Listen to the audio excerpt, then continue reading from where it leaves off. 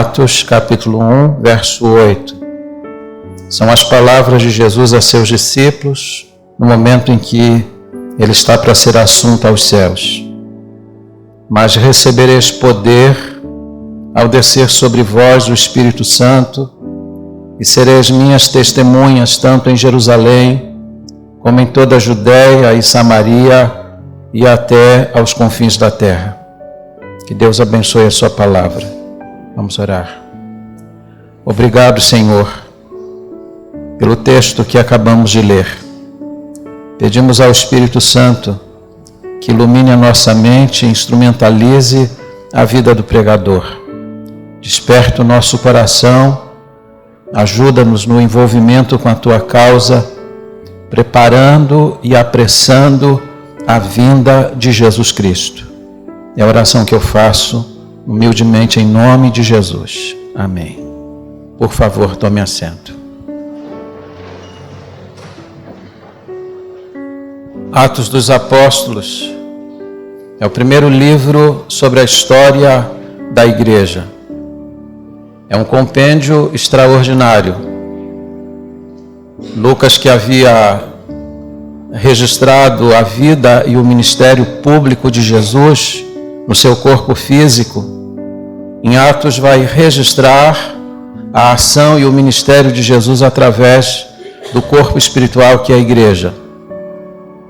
Atos dos Apóstolos é um livro peculiar, porque ele tem um início, mas ele não tem conclusão. E esse livro não tem conclusão porque a história da igreja não termina aqui. Ela continua através de nós.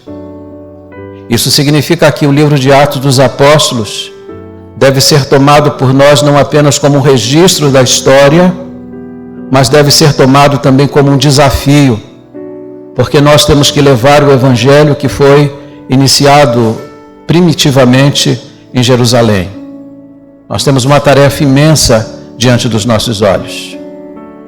Esse livro é uma espécie de uma dobradiça dentro do Novo Testamento. Atos dos Apóstolos encerra os evangelhos que narram o ministério público de Jesus e vai abrir as epístolas que vai narrar as implicações da vida de Jesus no meio do seu povo. O que convém a gente considerar ainda à guisa de introdução? Em primeiro lugar, a posição em que se encontra esse texto. Se vocês olharem para os evangelhos de um modo geral, a ascensão de Jesus vai aparecer no final, no último capítulo. Após a sua ressurreição, é descrito então o momento em que Jesus vai ser elevado aos céus. Mas se nos evangelhos esse é o ponto final da história, no livro de Atos a ascensão de Jesus é colocada em primeiro lugar. Isso significa que a ascensão de Jesus ela tem uma importância vital dentro das Escrituras Sagradas e para a vida da igreja. Normalmente nós enfatizamos muito a vida, a morte e a ressurreição de Jesus, mas colocamos como que de lado a ascensão de Jesus como se ela não tivesse uma importância muito grande. Mas ela está aqui em primeiro lugar como destaque para mostrar que ela tem implicações diretas na nossa vida, na vida da igreja e no cumprimento da missão. Segunda coisa que é importante a gente observar é a inquietação dos discípulos do Senhor. A Bíblia diz que depois de ressurreto, Jesus havia passado 40 dias com os discípulos. Durante este tempo, Jesus falou a eles sobre as coisas concernentes ao reino de Deus. Mas diz o verso 4 deste mesmo capítulo que ainda pairavam dúvidas e inquietações no coração deles. A pergunta dos discípulos era esta: é neste tempo que restauras o reino a Israel? Observe que esta pergunta ela está muito ligada a uma questão terrena e política. Os discípulos andavam com Jesus, mas ainda não haviam compreendido com clareza as implicações do reino. Estavam preocupados com demandas políticas em Israel. O grande anseio dos judeus era que, no aparecimento do Messias, as estruturas políticas de Israel fossem mudadas, que o Messias depusesse o Império Romano e desse então prevalência à nação de Israel. Acontece que Jesus vai repreender seus discípulos.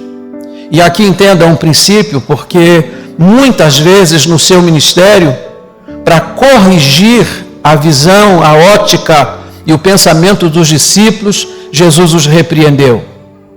Isso significa que Jesus vai nos repreender algumas vezes também, porque pensamos aquilo que não convém, enfatizamos aquilo que não tem prioridade. Jesus disse que nós não devemos nos ocupar prioritariamente com questões políticas e terrenas. Entendamos nós que até o reino dos homens, que até o trono dos homens está sob o controle de Deus. O Salmo de número 2, versículo 4, diz que embora os governantes deste mundo, embora os reis, eles projetem ou eles planejem contra a obra do Senhor, Deus que está sentado no seu trono, ri-se deles, zomba deles. Eles planejam coisas contra o reino de Deus, mas Deus ri de cada um deles. Porque é inútil qualquer plano humano quando se trata de lutar contra os planos eternos e benditos do Senhor. Jesus disse para eles: deixem essas coisas com Deus. Deus tem controle sobre o trono dos homens. Em vez de vocês ficarem preocupados com questões políticas, terrenas e imediatas, se ocupem daquilo que é o principal. E a tarefa principal da igreja é a anunciação do Evangelho de Jesus Cristo. Terceiro lugar, a ascensão de Jesus. Diz a Bíblia que Jesus se reuniu com os discípulos. Essa é a informação dos evangelhos lá em Betânia. Se um dia você for a Israel e subir o Monte das Oliveiras, pouco acima do Jardim do Getsemane, você vai encontrar o lugar de onde Jesus foi assunto. É uma pequena aldeia, a aldeia de Betânia, onde morava Marta, Maria e Lázaro. Ali há um lugar de onde Jesus foi elevado aos céus. E diz a Bíblia que enquanto Jesus era elevado aos céus, ele foi oculto nas nuvens. As nuvens estão lá não apenas para ocultá-lo aos olhos dos outros. As nuvens estão lá para manifestar a glória dele, porque sempre que a nuvem aparecia, é que Deus estava se manifestando em toda a sua profusão. Lembrem que a tenda da congregação, sempre que Deus se apresentava no meio de Israel, a nuvem pousava sobre ela. A nuvem está aqui não apenas para que seja algo para enfeitar ou ocultar os olhos, mas para manifestar a aceitação e a aprovação de Deus para seu Filho. Jesus é assunto aos céus e os discípulos ficam meio que perturbados diante da visão. E aqui é importante que nós entendamos algumas coisas. Primeiro, Jesus vai ser assunto aos céus corporeamente. Eles estão tendo não apenas uma visão, não estão contemplando apenas uma imagem holográfica, eles estão contemplando o Senhor no corpo da sua ressurreição. O mesmo corpo que Jesus tem na glória celestial. Você sabe que a Bíblia diz em João capítulo 4 que Deus, ele é Espírito. O Deus Pai, o Deus Espírito necessariamente não tem corpo, porque Deus é Espírito. Mas o Deus Filho recebeu um corpo. O autor de Hebreus, no capítulo 5, versículo 8, diz que um corpo lhe foi dado. E agora o corpo da ressurreição glorificado é elevado aos céus. E aí você pergunta assim: agora que Jesus foi elevado aos céus, o que Jesus está fazendo lá? Notem que há 3 coisas que Jesus está fazendo no céu, ou foi fazer no céu. A primeira coisa que Jesus foi fazer no céu, ele foi buscar o Espírito Santo para nós. Em João capítulo 16, versículo 7, Jesus havia dito aos seus discípulos que se ele não fosse, o Espírito Santo não poderia vir. E quando Paulo escreve Efésios capítulo 4, versículo 9, diz que subindo ele às alturas, recebendo os dons, derramou sobre os homens. Foi ele que foi buscar o Espírito Santo. No dia de Pentecostes, 10 dias depois da ascensão de Jesus, quando os crentes começaram a falar em outras línguas, cheios do Espírito Santo, Pedro vai explicar para a multidão que o que está acontecendo ali é uma forte evidência de que Jesus agora estava assentado à destra de Deus Pai, de que ele havia recebido a autoridade do Pai para derramar sobre o seu povo o Espírito Santo. O Espírito Santo foi derramado pelo Senhor Jesus Cristo no dia de Pentecostes. A segunda coisa que Jesus foi fazer no céu, ele foi preparar moradas. João capítulo 14, versos 2 e 3, ele disse que na casa do seu Pai há muitas moradas. E ele disse: eu vou preparar-vos lugar, para que onde eu estiver, estejais vós também. Já fazem 2000 anos que ele foi preparar moradas para nós. Como disse certa vez o doutor Augusto Nicodemos, as moradas devem ser bem boas, afinal já estão sendo preparadas há mais de 2000 anos. A terceira coisa que Jesus foi fazer no céu, ele foi interceder por nós, os crentes. Você sabe que nós temos 2 grandes intercessores. E essa é a razão porque o crente não vai sossobrar na caminhada.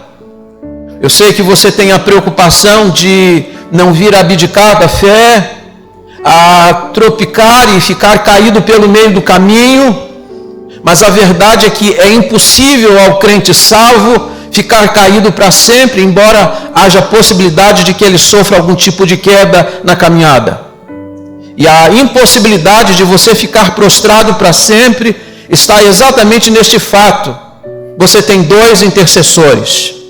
Você tem um intercessor na terra, que chamamos de intercessor existencial, que é o Espírito Santo. Romanos 8, 26, o apóstolo Paulo disse que nós não sabemos orar como convém, mas o Espírito Santo, ele intercede por nós com gemidos inexprimíveis. Ele ora a Deus por você, ele pede a Deus por você. Ele arruma a sua oração quando a sua oração chega ao céu meio que atravessada, porque você tem a ajuda do Espírito Santo. E não obstante a ajuda do Espírito Santo em oração, você tem a intercessão do Deus Filho. Diz o autor de Hebreus no capítulo 7, versículo 25, de que agora aquele que está assentado à destra de Deus Pai vive para sempre, para interceder por nós, os crentes. Ele é o sacerdote eterno. Você sabe que a tese principal do livro de Hebreus é quanto à superioridade de Jesus. Ele é superior a Moisés, ele é superior aos anjos, ele é mais sublime do que os céus e ele é superior a toda a ordem sacerdotal. Porque os sacerdotes exerciam seu ministério por 40 anos e depois então cessavam o seu trabalho. Mas o autor de Hebreus diz que ele não cessa, ele intercede para sempre em favor daqueles que hão de herdar a salvação. Portanto, você tem 2 intercessores, não tem como dar errado a sua vida. A grande pergunta é: Deus Filho ora por você, Deus Espírito ora por você, você ora? Porque nós oramos pouco a despeito de tanta intercessão que recebemos. Agora, preste atenção no que eu vou lhe dizer, porque esta é a frase de transição no sermão. Jesus foi para o céu e ele está trabalhando no céu em favor do seu povo. Jesus está no céu trabalhando em seu favor. O que nós estamos fazendo na terra? O que é que nós devemos fazer na terra enquanto ele no céu trabalha a nosso favor? Atos capítulo 1, versículo 8, é o resumo e o manual que nós devemos tomar nas mãos, porque aqui está dito o que nós devemos fazer na ausência dele. E há 3 princípios no sermão desta manhã para a gente considerar. Primeiro, uma necessidade. E qual é a necessidade? O poder do Espírito Santo. Diz a palavra que quando Jesus havia ressuscitado, E os discípulos ainda estavam no cenáculo, ainda tomados de uma tristeza muito grande e numa crise profunda de fé. Jesus atravessou as portas fechadas e disse a eles: Pai seja convosco. E como eles estavam sobrecarregados, diz a palavra que Jesus soprou sobre eles o Espírito Santo. Não era tudo, não era o suficiente, mas bastava até que o Espírito Santo fosse derramado no dia de Pentecostes. É verdade que os discípulos agora não estavam tão desanimados quanto estavam antes, mas eles ainda não tinham poder para realizar a obra do Senhor. Então Jesus vai lhes dizer estas palavras: que vocês devem esperar em Jerusalém, porque vocês vão receber o poder do Espírito Santo. Eles não tinham poder. Olha para mim, por favor. Eles tinham andado com Jesus mais de 3 anos. Tinham convivido com Ele. Tinham ouvido seus ensinos, suas pregações. Tinham comido ao seu lado, deitado ao seu lado, viajado com Ele de um lado ao outro da Palestina. Mas eles não tinham poder. Você tem poder do Espírito Santo? Nós entendemos que ter poder do Espírito Santo é o grande projeto de Deus para a nossa vida. Há crentes que imaginam que o poder do Espírito Santo é algo para a liderança da igreja, sem entender que esta é uma ordem que envolve a todos os crentes. Efésios 5,18, Paulo disse: não vos embriagueis com o vinho no qual há devassidão, mas enchei-vos do Espírito Santo. Nós precisamos de poder, porque esta obra não pode ser feita sem o poder do Espírito Santo. Note que na Palestina, nos dias de Jesus, havia 4 milhões de pessoas. E Atos capítulo 1, versículo 14, diz que aquela audiência que estava reunida, unânime em oração, era de quase 120 irmãos. Com quase 120 irmãos, Jesus lhes deu a tarefa de ganhar o mundo a partir da Palestina, onde havia 4 milhões de pessoas. Como que isso seria possível? Isso só seria possível se eles tivessem o poder do Espírito Santo. A igreja não pode caminhar sem o Espírito Santo. A igreja de Deus não pode fazer a obra dele sem o poder do Espírito Santo.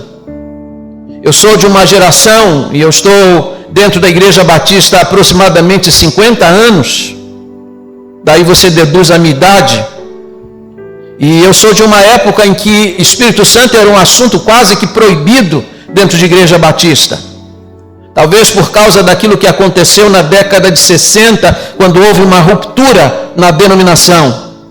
E desde então esse assunto ficou assim meio que lateral. Tocava-se no assunto do Espírito Santo com o máximo de cuidado, porque havia-se o temor de que a igreja pudesse tomar uma bifurcação para o pentecostalismo. Isso foi um erro muito grave. Nós deixamos esse assunto de lado como se o Espírito Santo fosse um problema. O Espírito Santo é uma necessidade. A obra de Deus não pode ser feita sem o Espírito Santo. Spurgeon disse que é mais fácil você transformar um leão num vegetariano do que transformar um homem perdido num novo ser. Sem a ação do Espírito Santo é impossível. A igreja carece, precisa do poder do Espírito Santo. E se há uma coisa que a gente deve orar e suplicar a Deus, é que Ele nos encha do poder do Espírito Santo. Nenhum crente deveria sair desta reunião sem ter a certeza e a consciência clara de que está cheio do Espírito Santo. E saiba, se você não está cheio do Espírito Santo, você está em pecado. Vou repetir. Se você não está cheio do Espírito Santo, você está em pecado. Porque ser cheio do Espírito Santo não é uma opção, é uma ordem, é um mandamento, enchei-vos. E o sentido da palavra no grego é tanto no sentido imperativo quanto no sentido passivo. Você deve se deixar encher e você deve buscar ser cheio. A segunda coisa que nós precisamos notar no texto é a missão. Foi dada a eles uma missão, e a missão é ser testemunha. E sereis minhas testemunhas. E é importante que você note que a palavra testemunha é uma palavra-chave dentro do livro de Atos dos Apóstolos. 29 vezes vai aparecer no livro de Atos dos Apóstolos a palavra testemunha. Algumas vezes em forma de verbo, outras vezes em forma de substantivo. Mas o que significa ser testemunha? O que é uma testemunha? A palavra perdeu muito do seu sentido na língua portuguesa. Para nós, testemunha é apenas alguém que viu e que pode falar a respeito de algo. Mas ser testemunha aqui é algo muito mais, porque a palavra no original significa mártir. Ou seja, alguém que está disposto a entregar a sua própria vida. E é isso que Jesus está dizendo para eles, que na medida em que eles tivessem o poder do Espírito Santo, eles seriam capacitados a serem testemunhas. Ou seja, nem mesmo diante da morte, eles recuariam na missão de entregar a mensagem do Evangelho. Todo temor seria colocado de lado. E é importante que você lembre que quando Jesus havia morrido e os discípulos se reuniram, diz a Bíblia que eles se reuniram às portas fechadas, trancadas, porque eles estavam com medo dos judeus. Mas quando o Espírito Santo de Deus veio sobre eles, as portas foram abertas. O testemunho foi dado do lado de fora. E eles que estavam com medo dos judeus, agora estavam sendo trancados em cárceres pelos judeus, porque eles não tinham mais medo. É o Espírito Santo que faz isso. Existem 6 verdades nessa expressão de Jesus: e sereis minhas testemunhas. Há 6 implicações, e a primeira delas é quanto ao objeto do testemunho. Serão minhas testemunhas. É de Jesus que nós falamos. O objeto do nosso testemunho é o Senhor Jesus Cristo. Nós não falamos de denominação, nós não falamos de religião, nós falamos de uma pessoa. A mensagem do Evangelho é uma mensagem cristocêntrica. A igreja prega Jesus Cristo. E este, o crucificado, disse o apóstolo Paulo. O objeto da nossa pregação nunca pode ser mudado. O tema da pregação da igreja nunca pode ser trocado. Porque Cristo é o assunto do nosso testemunho. Vocês vão ser as minhas testemunhas. Segundo lugar, a pessoalidade do testemunho. Só pode falar de Jesus quem tem uma experiência real e pessoal com Ele. Você só pode falar de algo que você conhece, que você viu, que você ouviu. Uma testemunha de Jesus Cristo é alguém que teve uma experiência real e pessoal com Ele. Quando alguém se assenta num tribunal para servir como testemunha, o juiz não fica interessado nas suas ideias e nas suas opiniões. O juiz só está interessado naquilo que ele viu e ouviu, aquilo que ele sabe por experiência. Nós precisamos de uma experiência real e pessoal com Cristo para podermos efetivamente falar sobre Ele às pessoas. Terceiro lugar, o âmbito do testemunho. Vocês vão ser minhas testemunhas, tanto em Jerusalém, como em toda a Judéia e Samária, ou Samaria, e até aos confins da terra. Tanto em. E essa expressão ela é importante no texto, porque durante muito tempo na igreja se dizia assim: primeiro a gente ganha o lugar onde a gente está. Afinal, o lugar onde a igreja está é nosso campo missionário. Então a gente ganha primeiro aqui. Depois que a gente ganhar a nossa cidade, avançamos para a cidade seguinte. E assim vamos avançando até os confins da terra. Não, senhores, não foi isso que Jesus ensinou. Quando o Evangelho de Jesus, depois de 40 anos, havia alcançado todo o Império Romano, e isso é extraordinário. Veja como uma mensagem poderosa. Em apenas 4 décadas, o Evangelho já havia chegado a todo o Império, apesar da igreja ser pequena e pobre, porque o Evangelho é poder. Quando o Evangelho chegou 40 anos depois a todos os rincões do Império, Jerusalém ainda não era totalmente salva. Nós não podemos esperar que São Roque, a cidade de São Roque, seja totalmente salva para depois nos preocuparmos com os outros. A tarefa começa aqui, mas ela deve ser realizada ato simultâneo em todos os lugares. É por isso que nós estamos aqui plantados hoje. Hoje à noite a nossa congregação em Minas vai estar batizando 9 irmãos. O evangelho sendo pregado adiante. Hoje nós estamos com a influência da igreja em pelo menos 2 continentes. Nós estamos sustentando missionários. Através da oferta de missões levantadas aqui, nós vamos participar do sustento de missionários em 87 países do mundo. É ato simultâneo. O âmbito da tarefa é esse. Nós temos que alcançar o mundo inteiro com a mensagem do Evangelho. Quarto lugar, a responsabilidade do testemunho. Quando você lê esse texto de Atos 1, a impressão que você tem é que apenas os apóstolos e Jesus estão ali no monte. Mas quando você lê os evangelhos, a impressão que você tem é que ali está uma audiência muito maior. Talvez a mesma audiência que estava reunida em Atos 1,14, os quase 120 irmãos. Então, quando Jesus disse aquelas palavras, vocês vão ser as minhas testemunhas, ele não está dizendo isso apenas aos apóstolos. Ele está dizendo isso a toda a sua igreja ali representada. Todos nós aqui estamos implicados na tarefa missionária. Há um erro de nossa parte, quando recebemos um missionário na igreja, dizemos assim: irmãos, hoje nós vamos receber um missionário. Como se ele fosse um ser diferente, como se ele estivesse com uma tarefa missionária nas mãos e nós estivéssemos isentos dela. Cada crente deve ser um missionário, cada igreja deve ser missionária. Aliás, Dr. Oswald Smith disse que se uma igreja não é missionária, essa igreja precisa ser evangelizada. Você é um missionário, deveria sê-lo onde Deus o tem plantado. Embora a algumas pessoas o Senhor deu uma vocação específica para ir em algum lugar do mundo anunciar o Evangelho. Mas a partir do lugar onde você está, você deve ser um missionário. Seja na faculdade, seja na sua família, seja no seu lugar de trabalho, não importa onde você está, você tem a responsabilidade do testemunho. Ser testemunha de Jesus onde está. Quinto lugar, a urgência do testemunho. A tarefa, ela implica numa necessidade de urgência. Pregar o Evangelho é uma tarefa não para algum dia, mas para já. É por isso que a gente não deve retardar o trabalho, porque almas carecem de ouvir do Evangelho.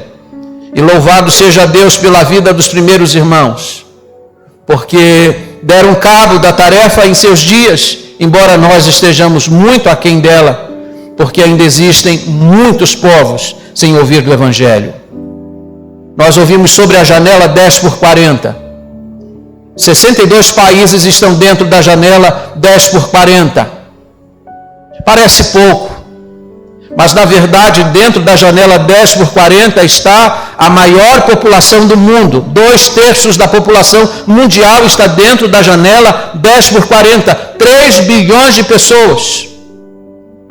E desses 3 bilhões de pessoas que estão apenas dentro da janela 10x40, apenas 1% conhecem ou já ouviram falar de Jesus Cristo.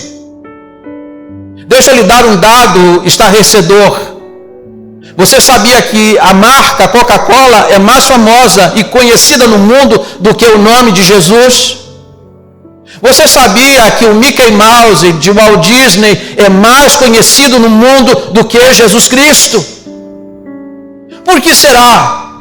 Por que será? Acaso não existe nisso alguma omissão de nossa parte? Será que não existe de nossa parte falta de liberalidade no sustento da obra missionária? Quanto que você contribuiu nos últimos anos para a obra missionária? Qual foi a sua oferta esse ano para a obra missionária?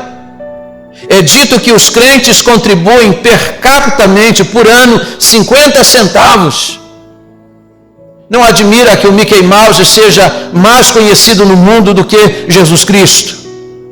A janela 10x40 é o grande desafio do Evangelho. Na Índia, por exemplo, você tem mais de 1 bilhão de habitantes. Desses, menos de 1% já ouviram falar do Evangelho. Existem 5.000 cidades na Índia que nunca o Evangelho teve penetração. Existem centenas de cidades na Índia que são dedicadas decididamente, literalmente, ao diabo. São cidades onde se diz que ali quem reina é o diabo. Fazer frente a isso é uma urgência. Nós temos que trabalhar para que Jesus seja conhecido no mundo. Dr. Oswald Smith disse que se você não pode ir, é sua responsabilidade sustentar aqueles que podem ir. O Evangelho clama, a mensagem do Evangelho clama por urgência. Nós temos que contribuir para essa causa. Em quinto, aliás, em sexto e último lugar, a condição para o testemunho.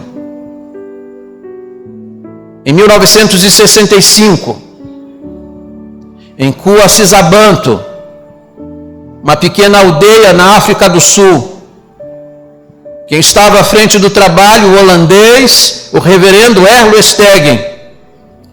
E eles viveram uma dificuldade, na verdade um grande embaraço, porque uma moça apareceu possessa em uma comunidade em Coacisabanto.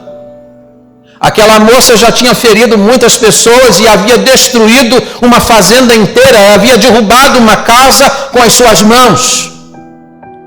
A comunidade inteira precisou se reunir e segurar essa mulher que estava possessa de muitos demônios e amarrou essa mulher em uma árvore com muitos arames. E foram chamar a comunidade liderada pelo reverendo Erlo Stegen. Durante 10 dias tentaram expulsar o demônio daquela moça e o demônio não saía. Você imagine o constrangimento do pastor e da sua igreja. Levantaram grupos de intercessão, mas os demônios não saíam. E cada dia mais a moça ferida naquela árvore. Aquele pastor resolveu abandonar o seu ministério. Disse que seu ministério estava encerrado, porque ele não tinha poder diante dos demônios.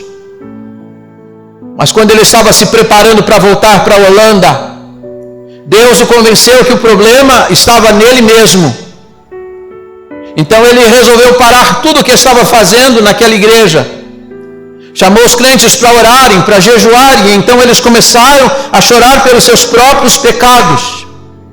Começaram a acertar a vida diante de Deus.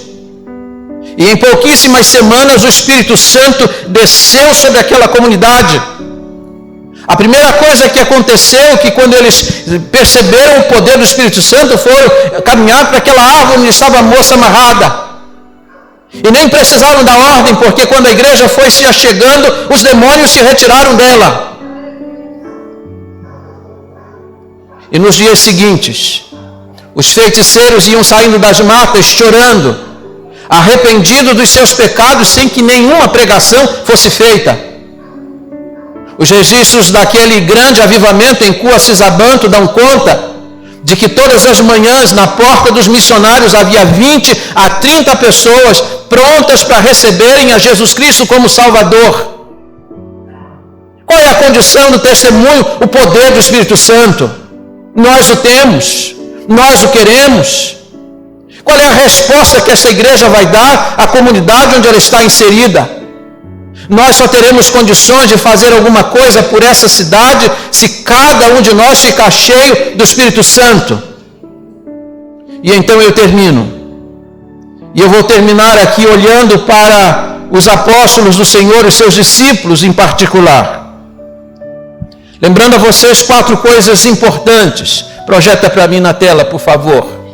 Primeiro, a obediência dos discípulos. Jesus deu uma ordem para eles: fiquem aqui, esperem aqui, aguardem até que a promessa do Pai se cumpra. A promessa que está lá em Joel capítulo 2, versos 28 e 29. A promessa que versa sobre o Espírito Santo para todo homem e mulher, jovem, velho e criança. Fiquem aqui. Quero dizer a vocês que era muito mais cômodo não estar em Jerusalém naqueles dias. Jesus tinha sido morto em Jerusalém, havia muitos inimigos em Jerusalém, mas Jesus disse para eles: vocês fiquem aqui. Isso me ensina um princípio: não existe um crente, não existe uma igreja cheia do Espírito Santo sem obediência. Pode ser que o mais cômodo seja fazer isso ou aquilo outro, mas você deve fazer aquilo que Jesus manda você fazer. Não há Pentecostes sem obediência. Segundo lugar, a comunhão dos discípulos. Jesus disse para eles: vocês fiquem aqui, fiquem reunidos aqui. Por que Jesus disse isso? Porque o grupo havia se dispersado. Depois que Jesus havia morrido, cada um voltou para o seu lugar, cada um voltou para as suas antigas ocupações. Lembra quando Jesus, depois de ressuscitado, foi ao mar de Tiberíades? O que os discípulos estavam fazendo lá? Pregando? Não, cada um estava pescando. Voltaram para as antigas pescarias, porque acharam que a missão havia se encerrado. Aqui se cumpre a palavra do profeta Zacarias: fere o pastor e as ovelhas se dispersarão. As ovelhas tinham se dispersado, cada um havia tomado o seu caminho. Mas Jesus vai fazer com que eles retomem o sentido de congregação. Fiquem reunidos, se reúnam novamente. Igreja é reunião. E eles precisaram voltar à comunhão de outrora. Terceiro lugar, a perseverança dos discípulos. Ficaram reunidos durante 10 dias. Jesus não disse quando que o Espírito Santo desceria, mas disse para eles: vocês fiquem lá. E durante 10 dias eles perseveraram unânimes em oração, diz Atos 1,14, até que o Espírito Santo veio sobre eles. Eles ficaram cheios do Espírito Santo. Atos 2 diz que todos ficaram cheios do Espírito Santo. Homens, mulheres, crianças, jovens, adultos, todos ficaram cheios. Líderes e leigos, todos ficaram cheios. Havia uma busca ali. Nós precisamos perseverar e aprender a perseverar. Eu tenho dito aqui que é muito fácil a gente começar uma reunião de oração. Difícil é perseverar.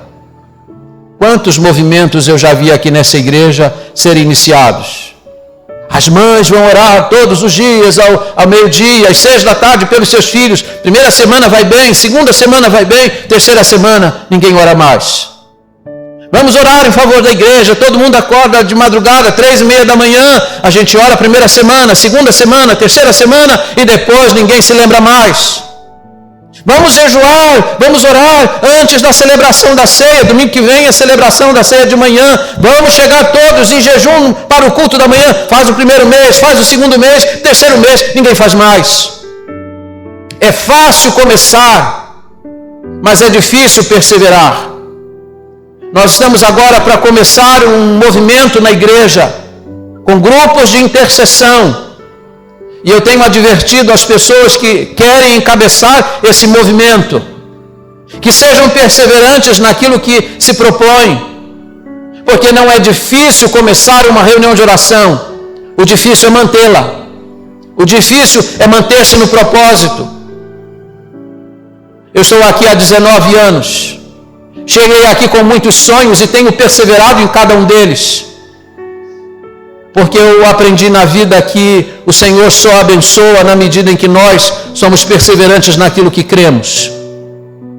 E em último lugar, a prontidão dos discípulos. Em 40 anos, como eu lhes disse, em menos de 40 anos, o Evangelho havia alcançado todo o império. A igreja, sem nenhum poder, sem nenhum amparo tecnológico, econômico, político, fez o Evangelho chegar a todos os lugares. Pastor Exaltino Gomes Coelho Filho, de saudosa memória, disse que a inexpressiva igreja de Jerusalém levou o Evangelho ao mundo inteiro. A igreja era inexpressiva do ponto de vista econômico, político, social, mas a igreja tinha algo. tinha o poder do Espírito Santo. E é o poder do Espírito Santo que faz toda a diferença. Você sabe que em Israel não é possível evangelizar publicamente, não é possibilitado alguém entregar um folheto para uma pessoa. Se você for pego entregando um folheto na rua, você é preso. As autoridades de Israel só permitem algum tipo de trabalho religioso, evangelístico, nos templos que já estão lá registrados. Mas um dos missionários americanos que chegou a Israel resolveu então, diante dessa proibição, trabalhar com a comunidade árabe que está lá em Jerusalém. E então encontrou um moço e começou a evangelizar esse moço, sem saber que este era o filho de um sheik, de um líder religioso lá em Tel Aviv, na capital de Israel. E esse moço se converteu. E esse moço começou a evangelizar o seu povo com o viés islâmico. Quando seu pai, o sheik, descobriu que o filho havia se convertido a Cristo, mandou os seus homens, os seus soldados, trazerem um missionário para matá-lo. Digo, eu quero vê-lo aqui amanhã, eu quero vê-lo morto aqui amanhã, porque ele arrancou meu filho do islamismo e apresentou Jesus Cristo para ele. Mas naquela noite que antecedia a chegada do missionário, trazido pelos seus soldados, aquele sheik foi despertado na madrugada. Um homem se apresentou do lado direito da sua cama e o despertou e disse para ele: você não vai fazer nada de mal com o missionário. Eu sou Jesus, eu vim aqui falar contigo. E então no dia seguinte, quando o missionário foi trazido à sua presença, o sheik lhe disse: o senhor foi trazido aqui hoje para ser morto, mas essa noite eu recebi uma visita no meu quarto. Aquele mesmo Jesus que o Senhor apresentou para o meu filho, ele falou comigo. E eu quero que o Senhor faça uma coisa. Ele abriu uma porta que dava para um salão, e lá estavam todos os líderes muçulmanos e toda a sua família. E ele disse para o missionário: eu quero que o Senhor pregue o Evangelho de Jesus Cristo para eles. Sabe por que isso é possível? Por causa do poder do Espírito Santo.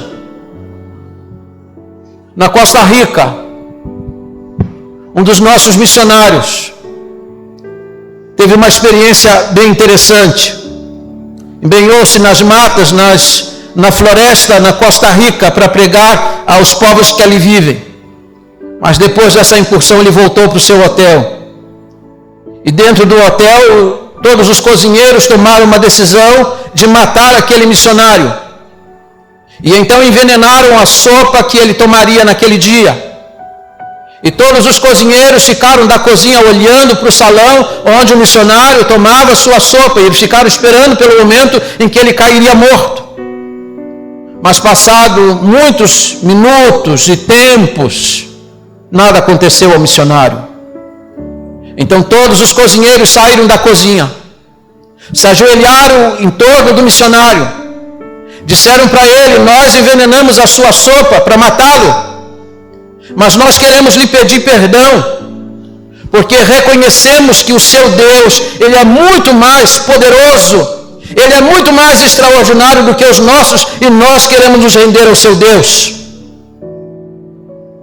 O que a igreja precisa do poder do Espírito Santo. O que você em particular precisa, você precisa do poder do Espírito Santo. Nós só faremos diferença neste mundo se o Espírito Santo estiver em nossa vida. Fiquemos em pé, todos nós. Qual é a oração que você tem que fazer aqui hoje cedo? Olha para a sua vida em particular. Você está cheio ou você está vazio do Espírito Santo de Deus? Porque cheio a gente sempre está. Às vezes a gente está cheio de si mesmo, às vezes a gente está cheio de orgulho, cheio de vaidades, e essas coisas impedem o Espírito Santo de Deus na nossa vida. Mas se há uma oração que você tem que fazer aqui hoje, é esta: esvazia-me de mim mesmo e encha-me do Espírito Santo. Você só fará diferença dentro da sua casa, no lugar onde Deus tem plantado você, se você estiver cheio do Espírito Santo. Clame a Deus por sua vida e clame a Deus pela vida dessa igreja, porque essa igreja precisa ser inflamada pelo poder do Espírito Santo. Se você quiser orar comigo, eu vou pedir para você sair do seu lugar e vir aqui à frente. Se você reconhece que carece de poder: Deus, eu quero poder. Poder para quê? Só para ter poder? Não, para poder testemunhar, para ser uma testemunha, para fazer diferença, para ser missionária onde Deus me tem plantado, para eu ter autoridade ao anunciar o Evangelho, porque o objeto do Evangelho é Jesus Cristo. Se você reconhece que está vazio, se você reconhece que carece da plenitude do Espírito Santo de Deus, sai do seu lugar e vem aqui. Vamos orar juntos, vamos clamar juntos. Lá na galeria, se você quiser descer, eu aguardo você descer para a gente fazer essa oração juntos, porque nós precisamos do poder do Espírito Santo. Algumas coisas na nossa vida não acontecem, algumas coisas na nossa casa não acontecem, porque nós não temos poder do Espírito Santo. Vamos orar. Obrigado, Senhor, pela Tua palavra. Suplicamos-te nesta hora o Teu favor, a Tua bondade, a Tua misericórdia. Pedimos-te perdão pelo nosso pecado de tantas vezes estarmos vazios do Espírito Santo. E eu te suplico, encha-nos, dá-nos o poder que vem do alto, porque diz tua palavra que descerá sobre vocês. O poder vem do alto, vem da tua parte. E eu te peço, encha o meu coração e encha o coração dos meus irmãos do poder do Espírito Santo para fazermos a tua obra. Dá-nos poder contra as obras das trevas. Dá-nos o poder do Espírito Santo para enfrentar as tentações, para enfrentar o inimigo que resiste à tua obra, para enfrentar todos os ardis do inferno que tentam impedir a marcha vitoriosa da igreja. Dá-nos o poder do Espírito Santo para derrubarmos as estruturas espirituais que são colocadas diante de nós. Abençoa teu povo, abençoa a tua igreja e encha a cada um de nós do poder do Espírito Santo, para que essa cidade seja tocada, para que as estruturas espirituais que ainda seguram essa cidade sejam demolidas para a glória de Jesus Cristo. Amém e amém.